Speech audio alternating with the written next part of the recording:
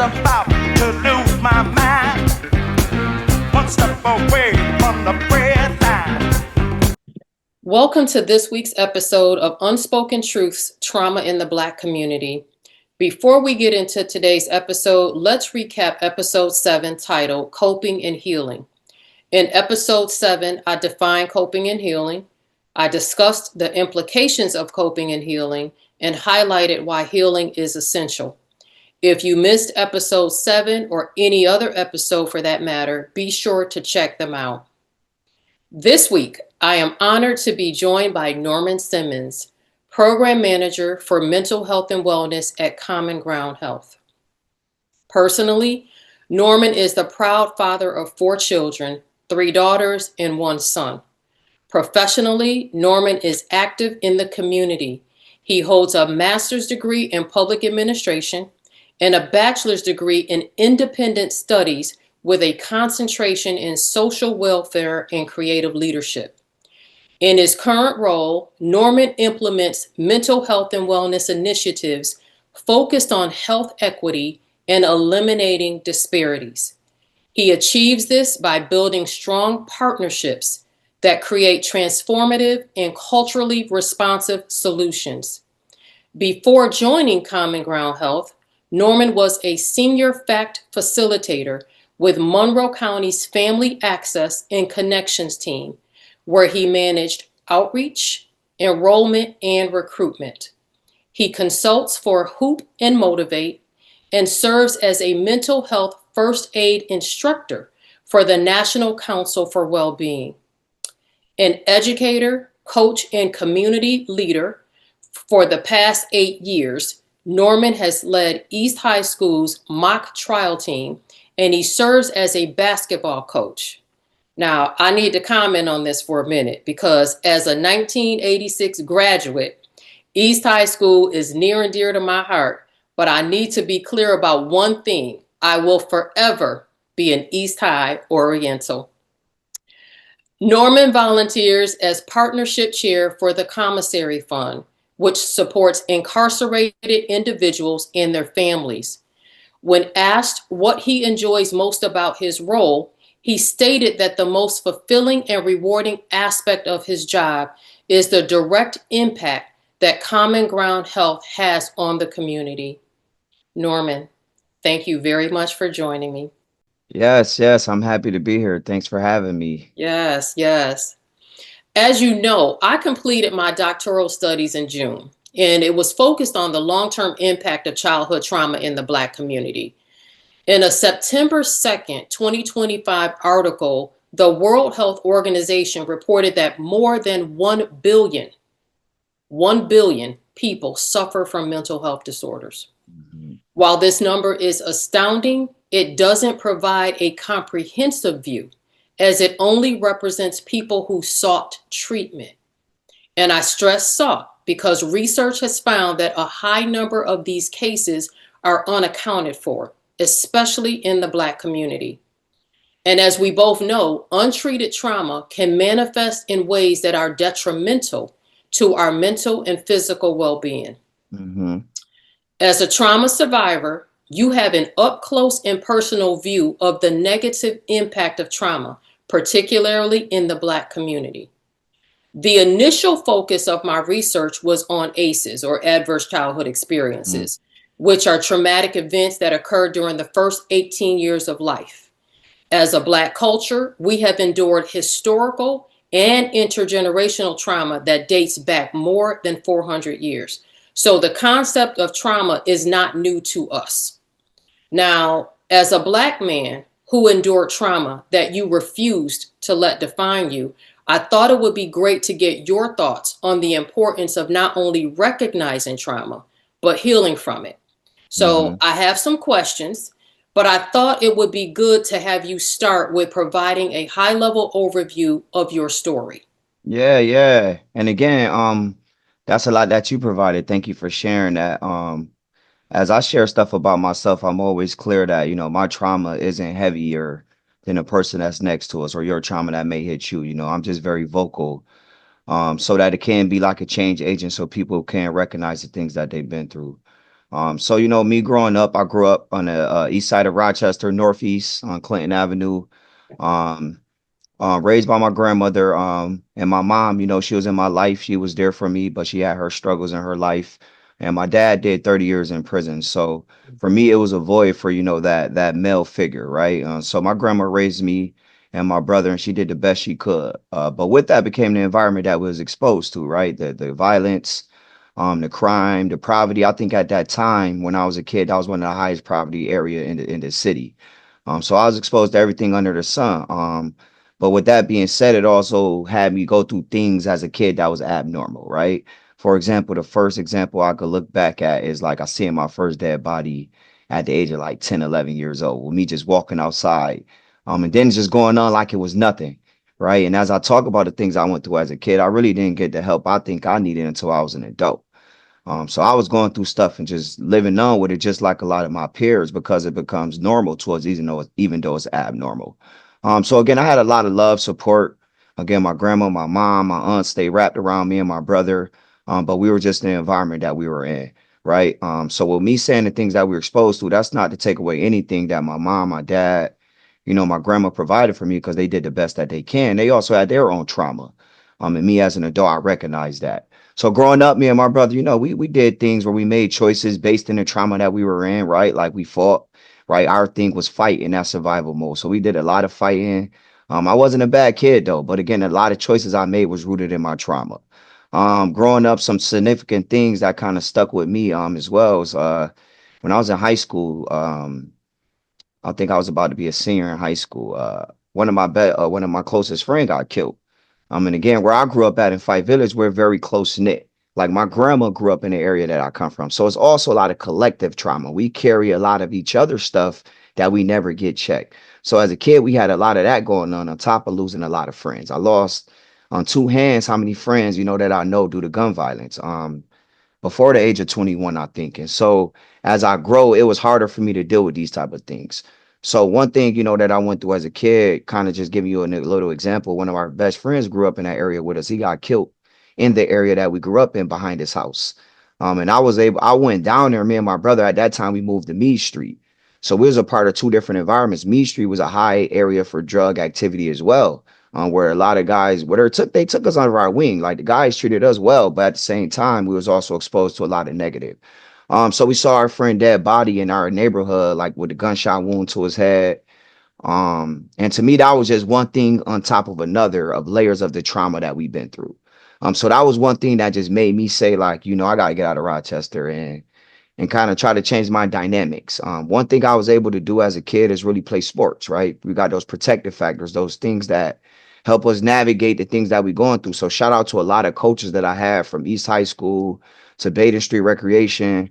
A lot of those men that try, to do their best that they can, to help me and my peers kind of live the best life that we could.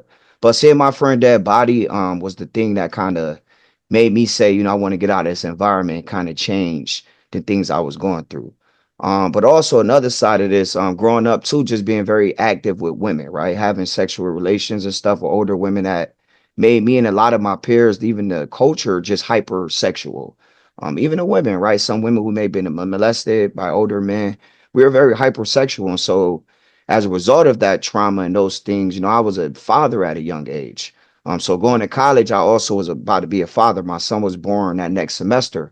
And so that kind of became my foundation. While I played sports, I always excelled at sports. Basketball is my thing. So I used basketball as that guide, but not knowing that trauma was still with me. So I would be playing basketball, doing very well, but at the same time, I would lose and flip out and not control my anger, or my emotions would be everywhere. And I was just a part of my identity as a kid because I never addressed what I was going through. So going to college, that was a thing for me to get away from my environment, to see things differently. So I went to school, played college ball. Um, I won a college SUNYAC championship at Buffalo State, which was not done again. For me, that was an accomplishment. And along with that, I broadened my horizons. So I was able to graduate with my bachelor's. And then I was able to get my master's. But a significant event, and we'll get into this, me going into my master's after relating it back to trauma. I actually had a friend who I went to East High with named Steven that I grew up with in Fight Village. The day before Thanksgiving, he had got shot in the head and killed. And so for me, again, also losing friends in college, right? So not dealing with that and not addressing that. I spent some summers in New York, friends die, and so we're not addressing this. So that trauma is collectively building up. And so my friend actually got killed, and then I came home later that day, and me and some other friends, we went out to like a local lounge. And so later on that night, some other people were shooting some separate stuff. And I tried to break up an incident. I never, again, been somebody that was negative. I've always been known in the community as somebody that's been positive. Even as a kid, I always worked with young adults.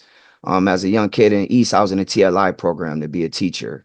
And so me trying to break up the incident, they start shooting from behind. In the midst of that, the bullet, bounced off my vertebrae, go through my kidney, and now the bullet is like lounged in my liver area. And Wow. so I spent like a week in the hospital. I couldn't use the bathroom. I couldn't eat anything. I had a catheter, so I could eat liquids. So that whole situation was just a lot. But again, through our trauma, we figure out things about ourselves, right? You kind of find that purpose. So me getting shot was the first time I really tried, like, started to pay attention to my mental health.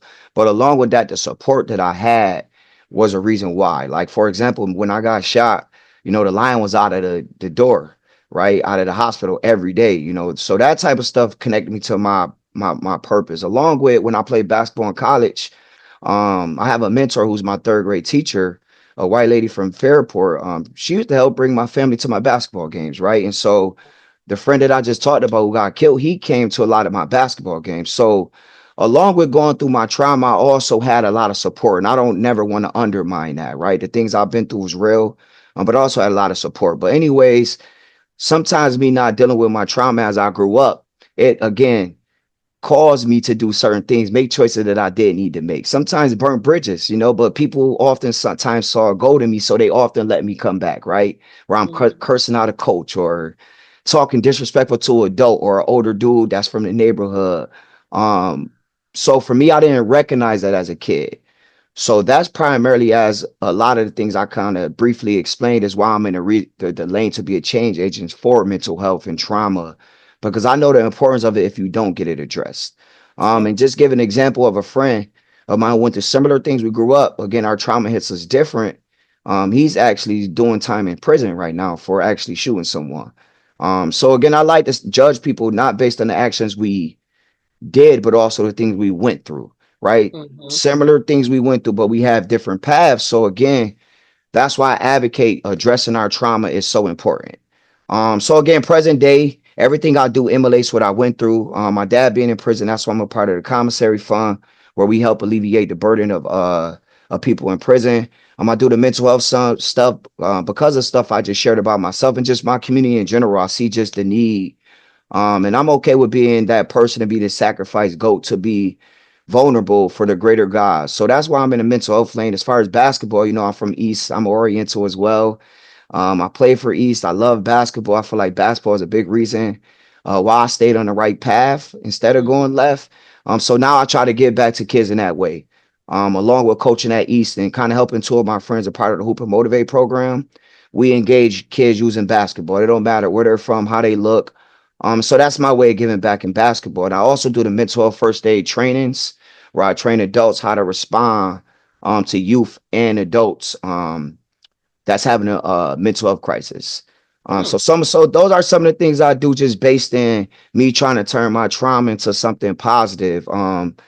And I feel like it's placed in my heart. Like God put me in this place, even me getting shot and I'm still here. It's a blessing in Mhm. that. So I'm my grandson, so I got a way of kind of seeing the spirit in things. I'm very spiritual as well. So that's just a brief little synopsis about me. Just to kind of because I know we're gonna get deeper into it as we had a conversation. I love it. I Mhm. absolutely, you just dropped so much. Like, I'm sitting here like, yo, where do I even start with my questions? The interesting thing about it is you just said it. Everything happens for a reason. You were still here. It wasn't your time to leave.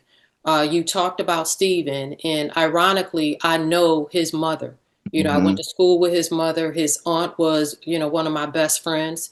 I remember when it happened. It happened on her birthday, on Cindy's birthday. Mhm. So I remember it as though it was yesterday. What I want to ask you, because you also talked about the collective trauma. You said your grandmother grew up in the same environment, where you were, the same area. And so you talk about that collective trauma. You also mentioned that at the time that you were going through a lot of this, you didn't even realize it was trauma.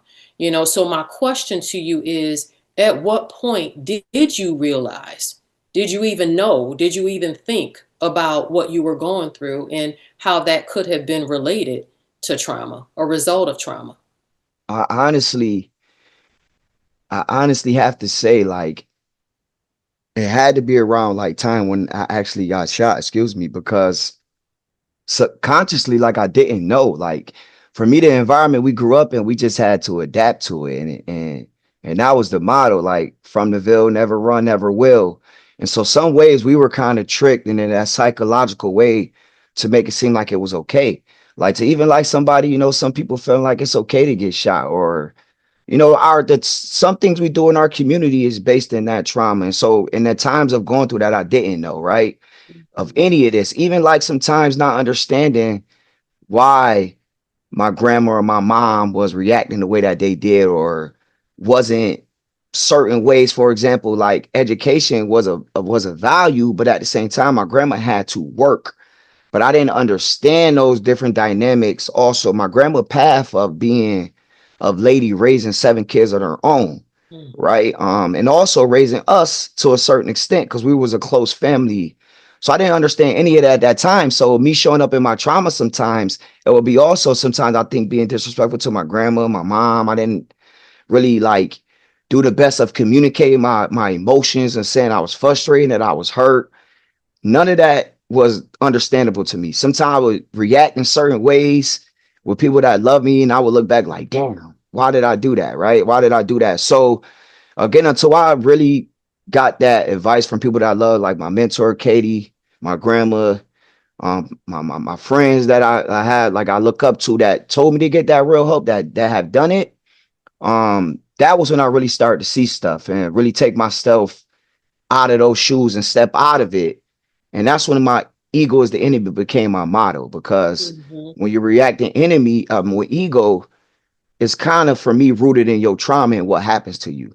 Because you can Yes. fall down the stairs and that's trauma, right? Like, Yep. so I know my story may be real to others, but our trauma all hits us differently. And so when I realized that me just being out of my ego, it kind of helps me stay out of responding from my trauma space. If Mhm. that if Mhm. that if that makes sense. It does make sense. And you talk about not even really understanding that what you were dealing with was trauma. Hmm. What's interesting about that is we don't know what we don't know.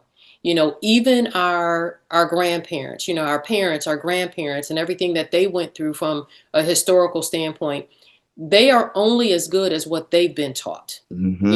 Maybe they did not know how to be empathetic or compassionate or nurturing or whatever the case may be, but they didn't get it. It wasn't passed down to them. So you're only as good as what you know or what you're Yes. taught. The other piece of that is you talk about, and I said this earlier, adverse childhood experiences. I knew myself going through some traumatic experiences. I didn't know it had a name to it. Hmm. I didn't know. I knew, yes, we lived in poverty. I knew that I grew up in a household with domestic violence. I knew that. I saw that. But I did not know that it had a name to it, at that point. Hmm. So a lot of this, again, it's about bringing awareness to the subject of trauma and how Yes. we can, recognize, the implications of it, and more importantly, getting the help that we need so that Yes. we can bounce back from it. Yeah, Yes. And it's okay not to be okay. Like that's what right. happens to us. It's really how we respond. And for me, even like in the aspect of women as a man, right? It's a lot of men. And I think it's important to say this, that we don't realize how we show up with women at a young age because of our traumas. And I'm very forthcoming about this. Women that I've, had relations with or been friends with, or, I wasn't the best man because of my traumas to them, Hmm. and I'm very recognizable of that. And I think if we acknowledge that again, it helps us take that step to kind of get past that trauma. because it's also men that feel very bitter about women, whether it's their mom not being around or they got their heart broken.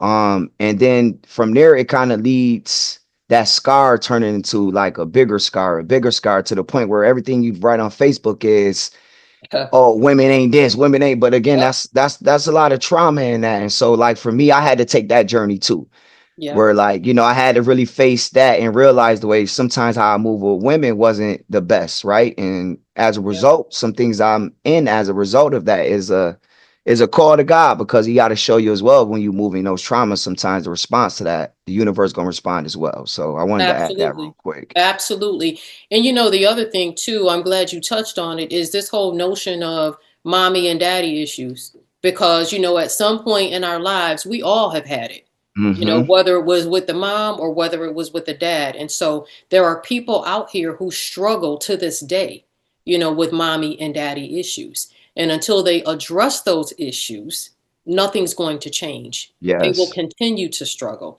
And you Yes. you said something else too that I want to touch on. It is okay to not be okay.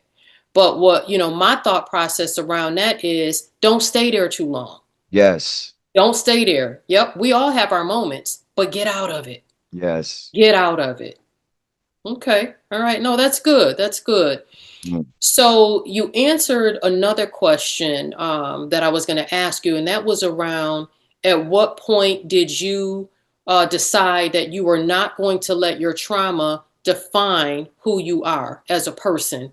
And so you talked about that, at that point of getting shot and going through all of that, having an opportunity to reflect on all of that as well. So is there anything else that you would want to add from that standpoint?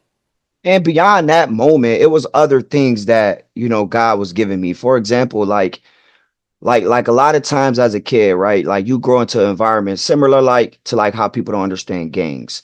The environment I came from, that's where I came from. So for me, that was all that I was about. So everything I did was for that, right? I'm trying to go to school for Fight Village. I'm doing this for Fight Village. People can't, where that's not really sustainable or healthy, right? But that's how we, again, the psychological effects of that trauma rooted in that poverty, it gets us to thinking like Hmm. we have to Hmm. live up to some certain caliber, to the point where I used to change how I dress sometimes, because I used to get drilled when I dress how everybody try to dress now, where it was real proper. So for me, the first step was really identifying who I am.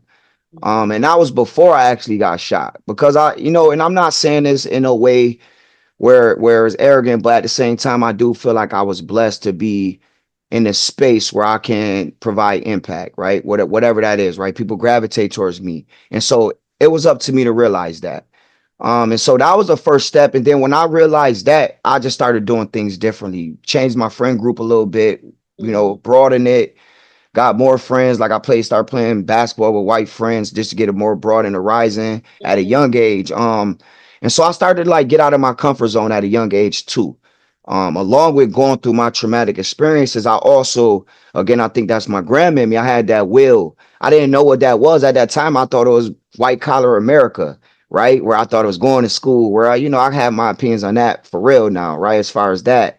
But that was the way that I went because I thought that was the best way. But I didn't have that confidence yet, right? I didn't have Hmm. that willpower to know that I could have been an entrepreneur and build my own intellectual property, to do the same things that I went in trainings for, right? So again, it was a combination of a lot of things me I was going through, my community always reassuring me, right? Again, in my neighborhood, like again, if somebody touches me, the whole neighborhood coming, older dudes, the younger dudes, and that's how they treat me. And so for me, that's reassurance, that what I'm doing as far as the positive work being, it matters. So I don't have to code switch. I don't have to be somebody different. Hmm. So once I identify who I was, and along with addressing my traumas, me getting shot was the last major trauma. That's when eventually, like to answer your question, it all just started making sense, like being more healthier to address the things that I was going through because it wasn't going away. Okay. Okay. Now I have to comment on something. You know, it takes a village, no pun intended. It takes a village, it takes a community, and your crew was right there with you every step Mm-hmm. of the way. The Ville. So Mm-hmm. I just needed to point that out. Mm-hmm. But thank you for sharing that, because, it's truly important that we spend some time really trying to understand, how did we get here? How did we get here? Why did we get here? And how do we get out of here? You know what I'm saying? How do you save yourself from the destruction that wasn't created by you? You know what I'm saying? It was just something that you grew up in. So that's going to take me to my next question in terms of how did you actually start the healing process to recover it? For me, I think, and it's funny you asked that because it just I think naturally it happened.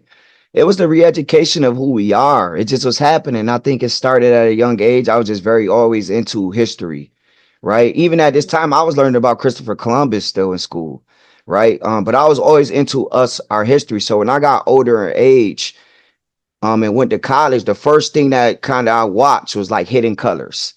When I watch Mm, Hidden Colors, right, that made me do my own research. And once I really started to identify who we are and the strength and the great things we did, it kind of made me want to learn the stuff that I was taught. Because I thought that we was minute for real. Like we didn't do a lot of great things. I didn't see a lot of city council people in my neighborhood, people with doctorate degrees in my neighborhood and stuff. So my image was what was told to us. So once I mhm. really relearned like who we are, that was a big help to kind of starting me to address or even like deal with or even work in the capacity to do this stuff.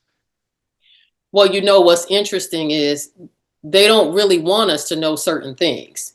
They only teach us what they want us to know. And Mm-hmm. so, again, it's incumbent upon us to really dig in to understand who we truly are. Mm-hmm.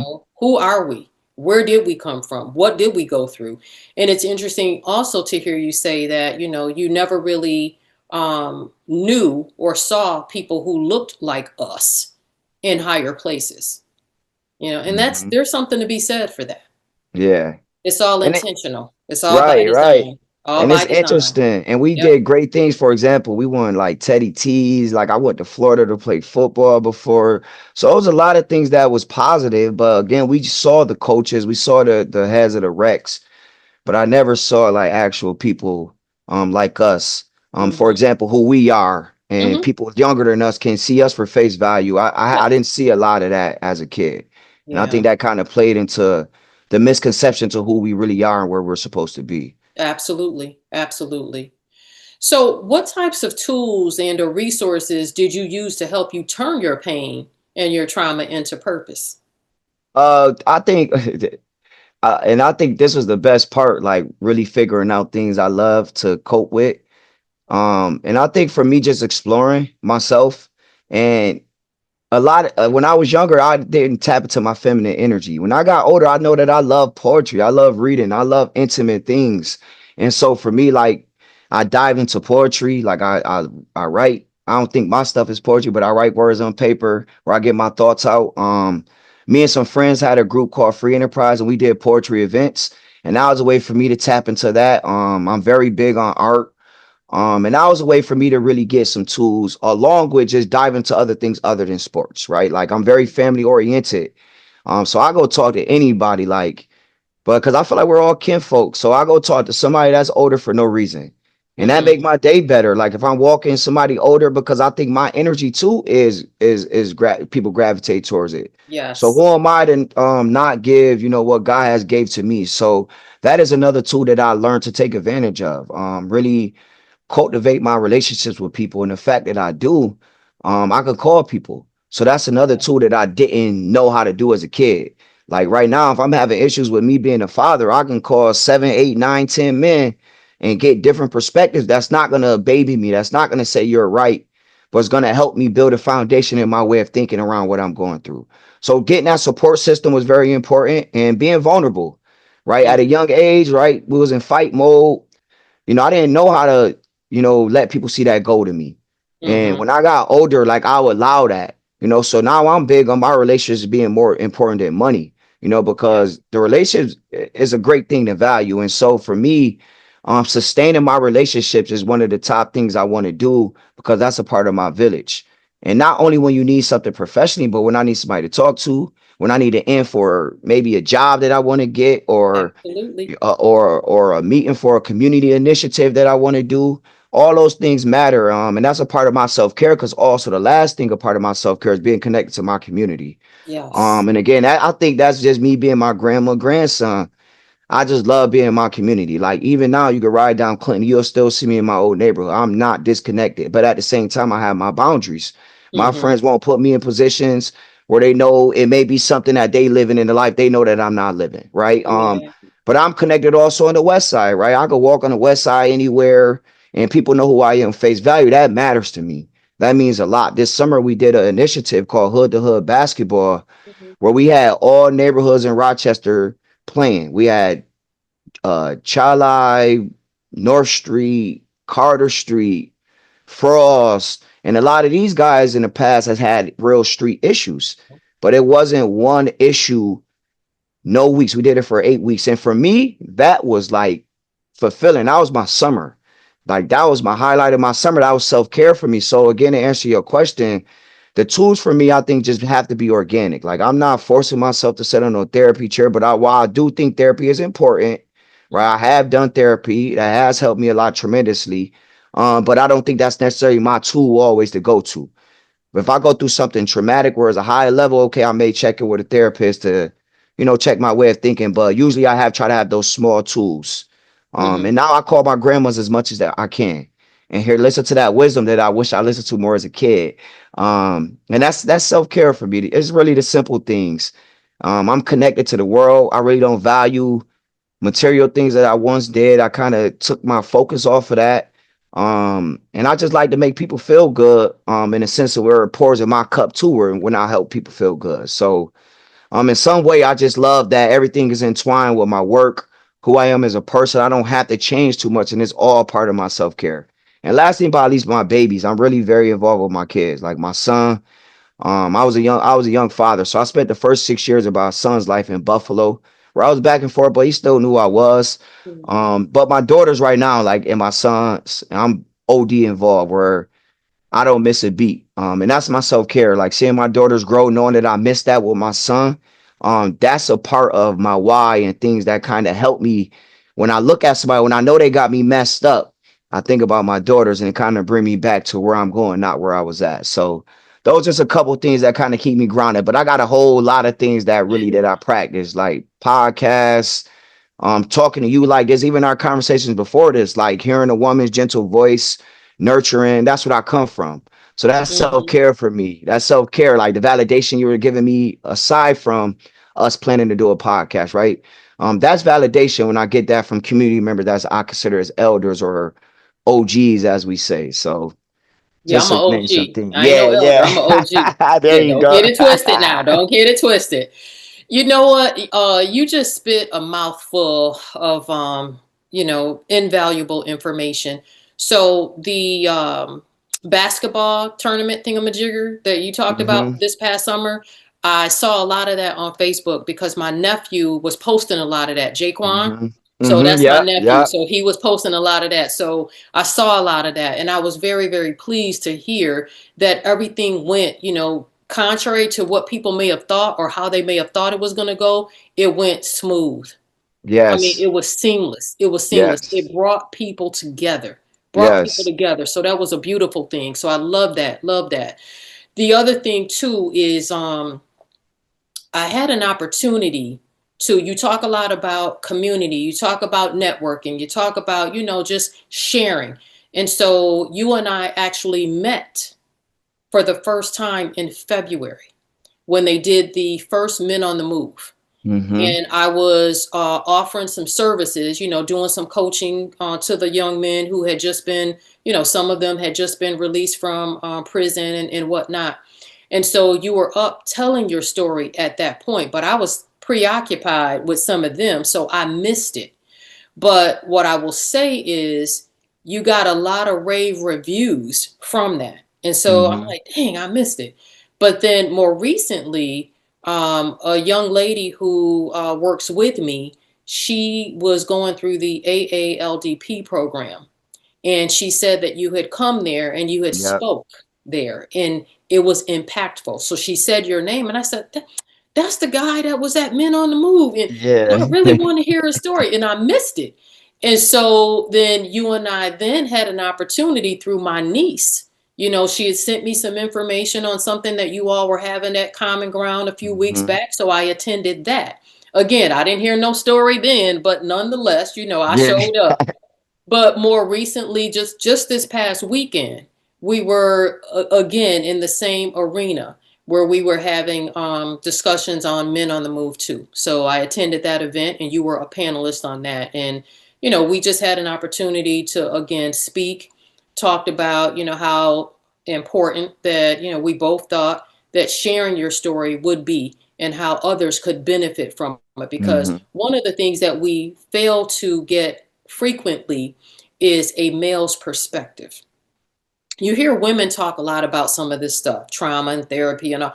Men don't talk about trauma. And you Hmm. touched on that earlier. They don't talk about it. And one of the reasons that they don't talk about it is it's the stigma that's Hmm. associated with it. You don't, nobody wants to be considered weak. Nobody wants to be considered, whatever the case may be. We have to break away from those stigmas. Anything that's going to keep us from living a prosperous life, we got to let it go. We Yes. have to let it go. We got to get out of it. Yes. And so for that reason, I really wanted to have this conversation. I thought it would be truly, truly worthwhile to get the message out that it's okay. Yes. It's Yes. okay. So thank you for that. Thank Yes. And you. with the stigma, just to add on to what you're saying, I tell people now, like I cry in front of men as much as I can. Like if I have to cry, I cry because for one, that's a natural emotion that we didn't let out as young men, where it kind of changed again, added to that trauma. So now I try to advocate for that in the sense of like we have to be engaged to all of our emotions, to Mm-hmm. really be engaged to who we really are, to know Yep. what makes us sad, to know what makes us mad. We got to go through the emotions of it. We can't hug that because again it kind of further not open up what we're going through. So, as men, I definitely talk about that a lot, just being able to cry or you telling another man, like, okay, you hurt my feelings. And I think Mm-hmm. a lot of men issues that we have is because another man didn't say sorry to you, right? And so Yeah.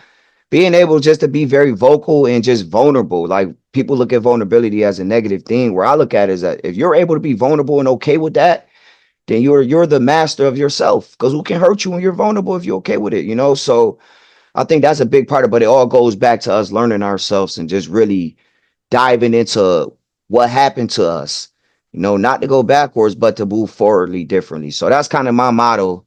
I would never change my friends coming back. I miss my friends every day, but now I Mm-hmm. cry in tears of joy listening to Gangsta Lean, right? Versus, Mm-hmm. being sad and wishing they would be back because I have healthier ways to practice. Or even like, for example, like things my mom have been through, like our relationship is great, and a big part of that is because I accept who she is. That's the strength based thing about her. No matter what my mom was going through when I was younger, everybody still know my mom. She still Yeah. was giving. She still took every care of every kid in our family. So for me, it's also important to be strength based with other people that you love that are going through things that you may not understand, right? Because a lot of times we carry that, we say, okay, this person is being like this to me, and that further pushes us in a rabbit hole where it's like, no, this person may be going through something and that's affecting how they showing up with you. Mm-hmm. So Mm-hmm. compassion as well, as we going through stuff, try to be compassionate and understand we all are going through a lot. And it's up to us to kind of understand that and analyze that and access that in the best way to respond so it's healthy. You Yep. know, like when I got shot, one of the most unhealthiest, I started smoking more weed than I ever, because I didn't even smoke until college. And so for me, that was irregular. That was something that my trauma pushed me to do, right? That I wasn't addressing. It ended up being a negative coping strategy, or the fact that I would just be running around with women at the age of 18, 19 because I didn't even know how to move with women because I never got that be seen, let alone seen a man love my mom properly. Mm-hmm. So many men never see their moms love properly, and that's a part of trauma as well. And so Mm-hmm. just analyzing your life and who you are really puts us in a position, man or woman, just to kind of move forward in a way that's productive. That don't mean we're not gonna make mistakes, right? Like, and not gonna maybe revert at times, but again, 1% every day is better than nothing. every day. So We're human. We're exactly. human. So we will make mistakes, but it's what you take from it. Mhm. Growth is a beautiful thing. I'm all about continuous growth and development. So whenever I trip over something, it's a learning opportunity for me. I know I'm not going to go that way because, maybe there's a gap in the sidewalk. So I don't want to trip over it again. You live and learn.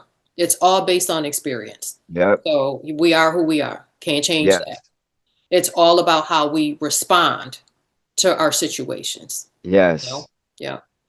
So it's evident just listening to everything that you've shared thus far that you're passionate about affecting change in a positive way. How do you use your story to uplift others?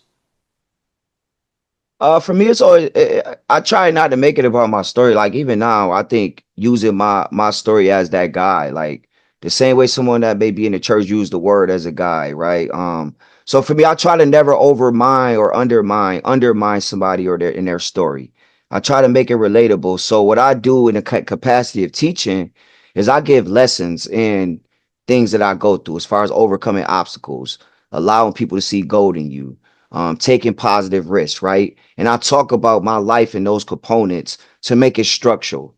Along with me having the technical skills to do other things, as far as putting together programs, as far as assessing a budget to do things around mental health. I had to also get those skills as well. So with me, I combine those lived experiences along with the technical and also the administrative kind of background stuff, and I just merge it all together. And one thing I kind of live by too is being community centered. I listen to what people want. And that's kind of how I structure a lot what I do. Even when I do my mental health first aid trainings, the language is as which the people that I'm training. It's Mm-hmm. not in an old formal suit and tie where people will fall. It's not like that. It's very engaging. And so what I try to always do is make sure I meet people where they're at, no matter what I'm doing, whether it's basketball, mental health, commissary, fun work. It's all about being community centered and not what I think. I may have a passion for this, but I'm trying to inflict change on other people. You got to start there. I can't be ego in this space, even though because I went through this. And Mm-hmm. people may see me as the expert. I'm not in this space, in the space of I know it all. So Mm-hmm. I lean on the community a lot. I lean on the community a lot. I got a lot of mentors that I talk to, run a lot of stuff by. And that's kind of like the foundation. And I'm still figuring it out. Like again, I'm still on learning stuff. I feel like now I look back at now, if I would have faced my trauma, I would have been doing things I want to do now 7 years ago. Right. So I'm still figuring it out by getting through my trauma and the things that I'm going through. So, but mainly just kind of being structured with that lived experience and making it tangible and making it that intellectual property. Right. We just talked about that. Somebody could come in and train about informed trauma, somebody Mm-hmm. that's white, and train into a whole black class and don't have no type of same traumas, right? So with me, what I've been through now, that's intellectual property. Yeah. And it will always be. And so for me, it's further just developing that Mm-hmm. from a community centered base. Mm-hmm. So that's kind of how I go about the work. And I never kind of let my passion outweigh my purpose. Of course, I'm passionate, but that's emotions, right? So when I'm too Yes. passionate, sometimes that's emotion. So I had to learn to tame that and live out of my purpose. What Yes. did God bless me with to be able to do? To be Yes. able to talk, to be able to give my story, to even be here to tell my story, right? That's Yeah. purpose. And so my purpose outweighs my passion so that everything is tangible and it connects to something bigger than myself. Mm-hmm. So that's how I always just try to move. And again, a lot of that's my grandma's really indulging that to me as a kid, as far as the spirituality and things like that. Awesome. Awesome. Awesome. I love it. I love it. And you know what? One day I'm gonna meet your grandma. Yeah, yeah. Yeah, I'm gonna have to meet your grandma now. You I'm gonna have probably to saw meet her her. around. She be Listen. around, yeah. She still go to McDonald's on Clinton Avenue. I remember Um, you saying that. yeah, yep. So she's Hmm. still a part of the community, still walking, still around. She 81. Um, Beautiful. yep. And so even that in itself, it gives me more purpose just to be better because she is that. And I see myself Hmm. being, I'm big on like our ancestry. I'm big on that. Not Hmm. ancestral praise, right? Because that's language white Yes. supremacy taught us. It ain't ancestral Hello. praise, right? And that's something I just learned too by working with Melly. That's why I'm grateful to be a part of Common Ground Health and the Healers Village work. But it's also just that's us, the ancestors. So I Yeah, acknowledge that and I appreciate it and I know that's who I am as well. So, absolutely. I love Love to it, shout love it. both of my grandmas out. Yeah, yes, yes. So Well, thank you for that. I appreciate it.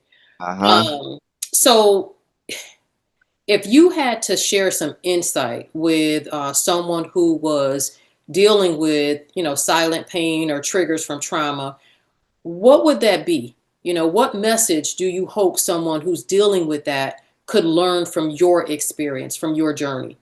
I would say like, and again, like I didn't get help right away either. So for me, I was affected by mine, right? So I will use this analogy, like think about if I hurt my ankle, or we hurt our ankle, and we didn't get that Hmm. addressed for a month, a year, 2 years, 3 years. What's gonna happen?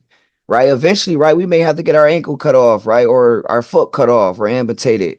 It's the same thing with our mental health. If you go through something that's traumatic to you and you don't get that addressed after a month, a year, 2 years, 5 years, 10 years, it's gonna affect you mentally.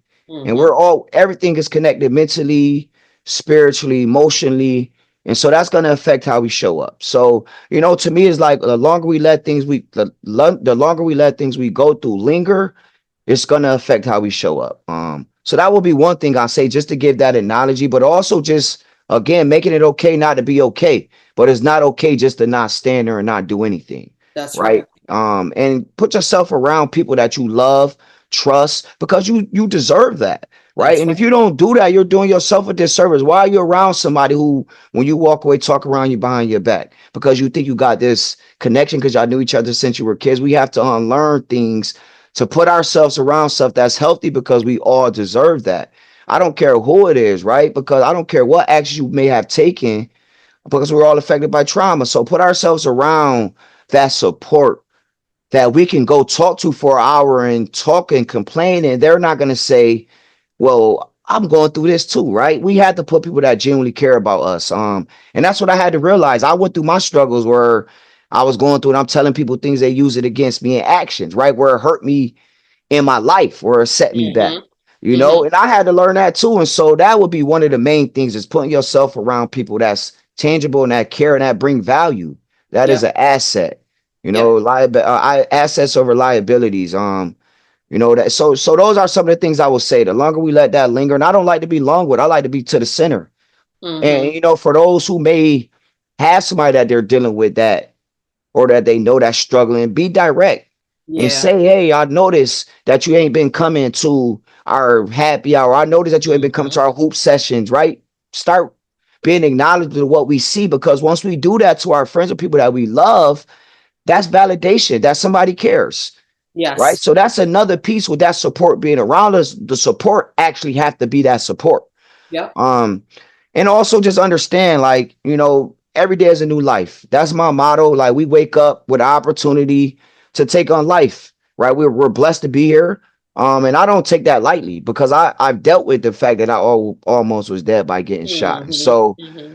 every day is a new life. And so if we live by that motto, we may have went through something yesterday, but that gives us a chance to move past that today. Do what we Yep. need to do today. I may owe this bill, but okay, I may go make some extra dollars or something like that. So now I'm closer to paying that bill that I Yep. needed to pay. And, Absolutely. and it's a lot of external things that's going on that we don't have control over. Yep. So with me, it's just being free, right? Getting out of ego and connecting to our roots, and which our African spirits are. We are the people. I mean, I truly believe that. And so if we're connected to that, we will not value that we may be late on our RG&E, right? And our bill may be getting cut off. That's not going to be something that stresses us out because it is what it is. Um, Absolutely. You got you that know, right. and it takes works to get there. So I just, every day a new life. So I really motivate people. I hope people are empowered by, what they hear from me, because I still have my days where I go through struggles, or, where I'm not my best self. So this is an ongoing thing for me. But again, I'm just okay with being vulnerable. I know Hmm. God not done with me. I know a higher power not done with me. So just to anybody that's listening, just keep going. Keep going. And I mean that by not just saying what I went through was nothing, or not undermining and saying what you're going through ain't nothing. But I know you got that power inside you to gain that will, because we all do, because we deserve that. We're not put on this earth to suffer. So that would be just my message. Just keep going. Every day a new life. Put that support around you and love yourself. No matter Yes. what mistakes you made, really love yourself genuinely, like for real. And it takes a lot of work to do that. So yeah, so I'll leave it right there. Yeah, that was a lot right there. You talked about two things that I want to touch on. You talked about, because a few weeks ago, I think it was episode 5, Jaleesa was on talking about mental health, and one of the things that an analogy that she made was, there are times when that she talked about our brain being an organ, okay, and she also talked about, if we have pain in a different part of our body, we're more inclined to go seek out help to, relieve that pain. But when something is going on with our mind, we're reluctant to go seek out support for that. And so you just talked about the same thing. You gave a Mhm, similar analogy to the same thing. When we're not feeling well, when we know something is off, something is not quite right, we need to go address that. mhm. Because the longer, like you said, you let it fester, the worse it's going to get. So Mhm. don't wait. Don't let it linger. Yes. Go get the help. Okay, so that's one. The other thing you talked about was talking to people. I always say, I probably said it on every single episode thus far, is making sure that whoever you talk to, they're trusted. You can trust them. And you touched on that. Just because you all grew up together, you've been together, your family, you this, you that does not mean that these people can be trusted. You Mhm, want somebody that you view as a trusted advisor who's not going to take what you say and share it with everybody else. mhm. So, that trust factor is important for me. It's a big one for me. So, thank you Yes. for bringing that up. So, if you could look back in time and you could speak to your younger self during your darkest moment, what would you say? I think I would say to myself is it gets greater. Because I just feel like my whole life, despite everything I've been through, I just always been blessed. To be like, for example, captains of teams. My peers gravitate to me. Um, I always got good grades in school. I graduated top 10% at East High School. So I would tell my younger self just it gets greater. Mm-hmm. Um, and I wish I would have had, like, my dad was in prison, but I wish I would have had somebody to tell me that at that time, right? Because it would have resonated with me. So Mm-hmm. just tell myself it get greater. And I think a lot comes with that, under that, right? That's a big umbrella. Because with that mindset, it's just like whatever you go through, you won't let it affect who you are. And I think as a Mm-hmm. young kid, a lot of things I went through, it really did shape who I am, right? It really affected my behavior. It affected some choices. Some of it was adolescent behavior, but a lot of it was me making bad choices based on my trauma. Mm-hmm. So that it gets greater motto will just keep me going straight and narrow, in the sense of things I wanted for myself and my family, and not have to go through those lessons that the universe gives you, Mm-hmm. right? Like before, like me having a son at a young age, that was a lesson I had to wake up to, right? Or Mm-hmm. like even getting shot, maybe that was a lesson you got to wake up to. Maybe the people that you're around or the way you're doing things necessarily ain't the right way you should be doing it. And so I would tell myself, younger self, it gets greater. Good. Good, good, good. I love that. Love it. And you're definitely a testimony. You're a testimony. And you said it earlier. He's not through with you yet. Mhm. He's definitely not through with you yet. There's more to come. What can our community do to better support men and women who carry wounds that stem from trauma? I think, and it's funny. I was just having this conversation with someone. For me, it really blows mine. That's like it really irritates me when like people with big platforms talk negatively about the other gender. And these people are seen to be very big people, and that could be different, and different lanes in Rochester. Rochester is very small, so I think our community has a very bad habit of throwing each other under the bus, although we have the influence to do different. For example, right, like, I used to post from a place, having struggles with my oldest daughter, about things I was going through, but it was a messaging was wrong. Where now I don't post it at all because I don't want somebody to get the wrong message, like I'm throwing my daughter mom under the bus, or that's not what Mm-hmm. I'm doing, because my daughter is taken care of very well. So the main thing I would be just change the narrative, right? Really start calling people out when they do that in a large mass like that. I think that hurts us. And another thing I want to say is like get back to knowing each other and learning each other. And essentially that makes us be there for each other, because I don't think that's there. Right? I gave the example earlier, when a man speaks up about he feel or what he's going through, it's always undermining with a woman saying, okay, but I'm going through this. Right. Or you Mm-hmm. hear a woman saying, or I was in the store one day, I had my two daughters, and the lady said to me, not knowing me, "Oh, you see what moms go through," not knowing if I have my daughters all the time or not, right? So I just think like we have to get back to knowing each other, learning each other, loving each other.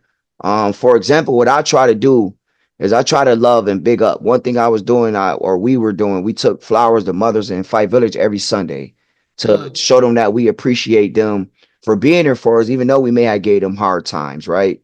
So it was over 30 moms we gave flowers to. So gestures like that we can do for each other. Or for example, we have the therapeutic kickbacks that Miss Alexis does, where she brings men together, a space for them, she feed them, give them facials, and just let the man she let them let it out. And Mm-hmm. if we do stuff like that for each other, I think that can cultivate the energy for us to start really caring about each other again. You know what Yeah. I mean? And I think it starts there, really getting back to the roots of like really learning and loving each other. And I even had to do that myself, because again, the way I was showing up with women was not saying to show that I like women at all. Right. Mm-hmm. I may have think that at my young age, but that was not how I was showing up, to the point where now I try to do the complete opposite. Like I have a whole tattoos on my arm where it's all women, African women Mm-hmm. on my arms, a whole sleeve. And then that just exemplifies I was raised by women. Yep. So it's all connected, right? So for me to better community with men and women that's struggling, just keep loving each other, right? And really cross gender, like being there for each other, and not just the way that we're familiar with, that's rooted in trauma, right? Mm-hmm. Relations, right? Or Mm-hmm. intimate relations. For me, that would be the main thing. And also us being the messengers. It's very important that we are the messenger, right? And even if we work with counterparts that are white, we don't allow them to be the messenger of our struggle or things that face us, right? I just had an interaction with a guy, and we talked after that, which was everything good, but he made a status talking about race, Arabs coming over, getting opportunities, da da da. His message was clear. But Yeah. my message was, because he was saying us, us, us. He grew up in an urban area. I get that. But I reply, like, who is us? Like, you can never speak for me and my point of view Mm-hmm. as a black man. And then Mm-hmm. the next day, he kind of broke it down and say his us is people that he grew up with, was doing things in the streets with. Okay, that's your us then. But your us is not. You have to clarify that. Don't say us Right. exemplifying you're talking for urban community, essentially, which is black community. Correct. So, Yep. and I was getting a lot of drawback from black people who may be ignorant. And when I say ignorance, lack of knowledge, we're all ignorant to something, but ignorant to that type of stuff and those dynamics, to us being the messenger. It's psychological stuff that goes into that as well. And so for me, us being a messenger is very important. Us Mm-hmm. calling out the whiteness when we see it is very important, because white supremacy is also rooted in why we Yeah. go through the trauma that we go through. It's Absolutely. actually one of the main reasons. And so being very pro-black but not anti-white is also very important to me, to kind of rooting that out, and also fighting those system things that push us further away, like child support and family court and all of those system things that we have no control over, but it still divides us and our family, or the criminal justice system, Mm-hmm. which are bigger problems. But again, we can start here by just calling out that whiteness when we do see it. um so those are some things I think that we can kind of do. You talk about you touched on something, and I want to talk a little bit about it. And it's more so our black families and how we've been divided. Again, it was all by design. Hmm. When you think about black women, you couldn't get welfare if you were married. If you had Hmm. a man living in the household, you couldn't get welfare. And so you had a lot of women who had to separate or whatever, especially if they were honest. They separated. Again, it was all by design. And Yes. then it got to the point where women were leading the households. Now you got women making more money than men. That Hmm. created an issue as well. So when you think back, just from a historical standpoint, it was all by design. Hmm. It was all by design. They're making more money, the man not making as much, so now the man gonna go out and sell drugs, and then they get caught, they get tied up in the system. Now they're incarcerated. So again, I just wanted to point that out because it's real. Yes. It's real. It's real. Yeah. Yes, yes.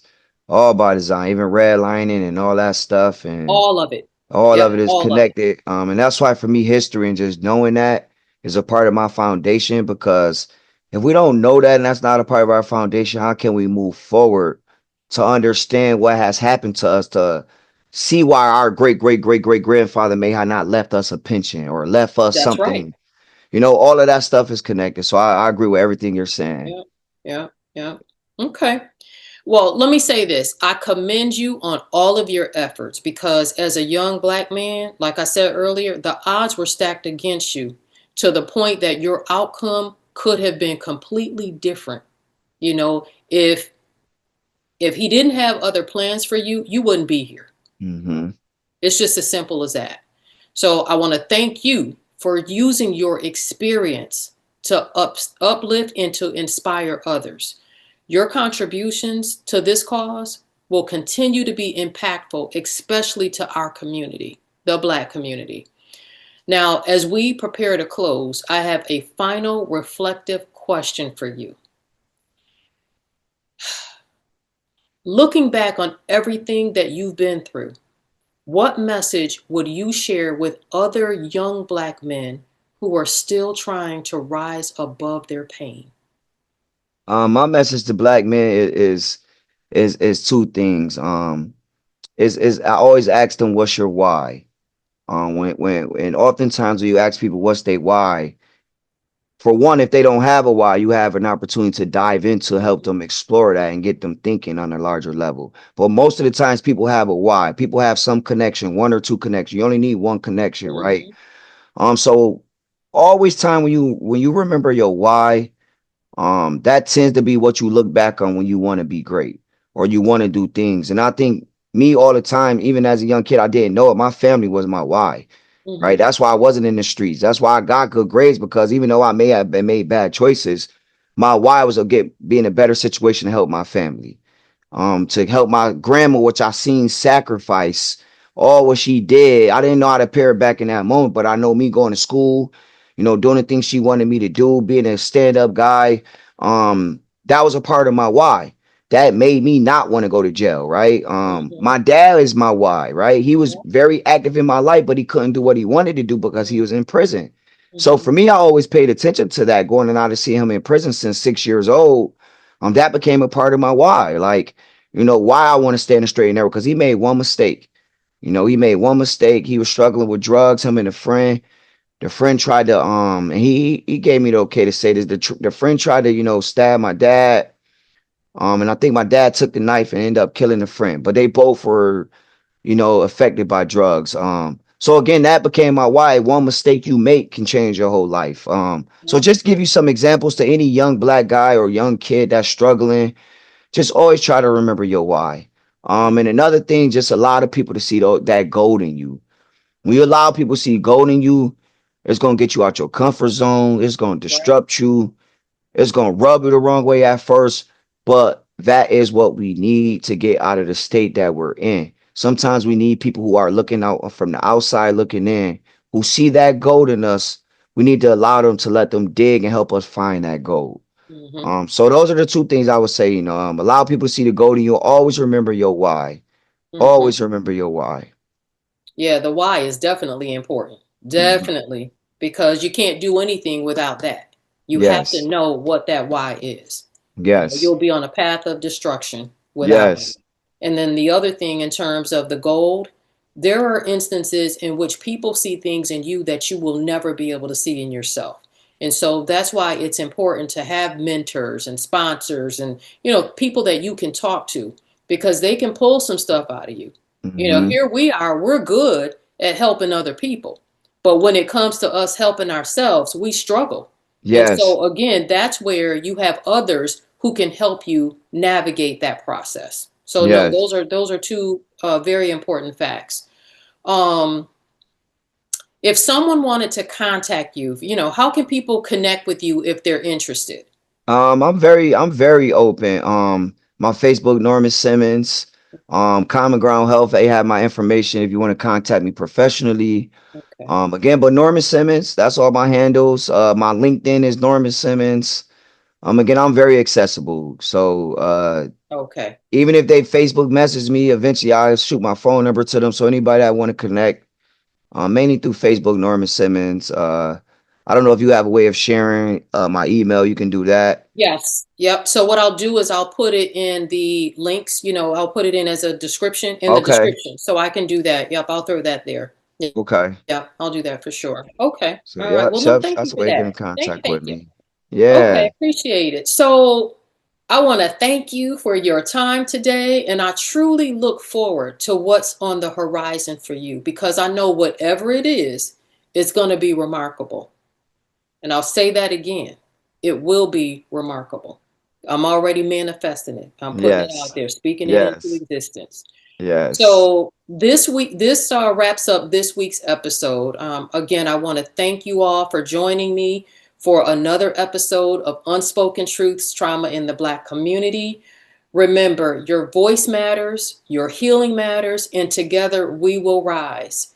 If this week's episode resonated with you, or if you know someone who can benefit from everything that was shared tonight, please like, share, and subscribe so we can continue to have these heartfelt discussions.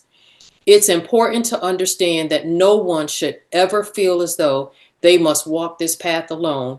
With the proper support systems in place, we will rise above all of the adversities caused by trauma. Join me next time as we continue speaking the unspoken and healing the unseen. Until then, stay strong and stay rooted as we continue to break generational curses, one person at a time. Thanks for watching. Don't forget to like, comment, subscribe, and share.